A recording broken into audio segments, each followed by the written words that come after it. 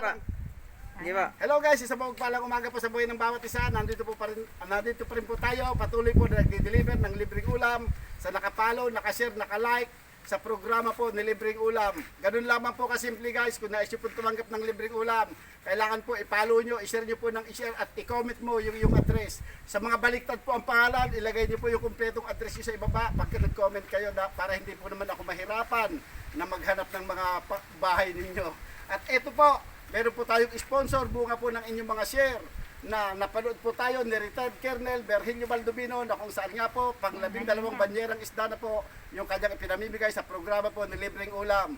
Marami po tayong sponsor, may sponsor po tayo ng ulo ng manok kay Sir Rolando Dumaya na matatagpuan naman po sa Barangay Balok, likod lamang po ng 7-Eleven.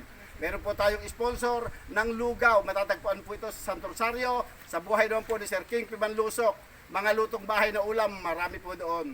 May sponsor po tayo ng tinapa na matatagpuan naman po sa Barangay Tabuatin, sa Leonardo Nueva Ecija, sa buhay naman po ni Ma'am Maribel Bauto. At meron po tayong sponsor ng dishwashing liquid na matatagpuan naman po sa Barangay Saranay, Gimba, Nueva Ecija.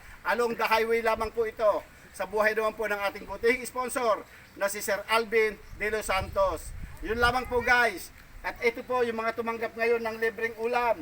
Ano po ngayon ang masasabi nyo mga ma'am sa inyong tinanggap na libreng ulam? Maraming salamat po. Lakasan nyo! Maraming salamat po sa binigay na libreng ulam. Ayan, pasalamatan po natin una sa lahat ang Panginoong Hesukristo. Pangalawa po yung mga ginamit niya ng mga tao para po maraming mahabahaginan ng libreng ulam sa buhay po ni retired Colonel Virgilio Baldovino. Yun lamang po guys, isang mapagpalang umaga. Tumanggap kayo ngayon.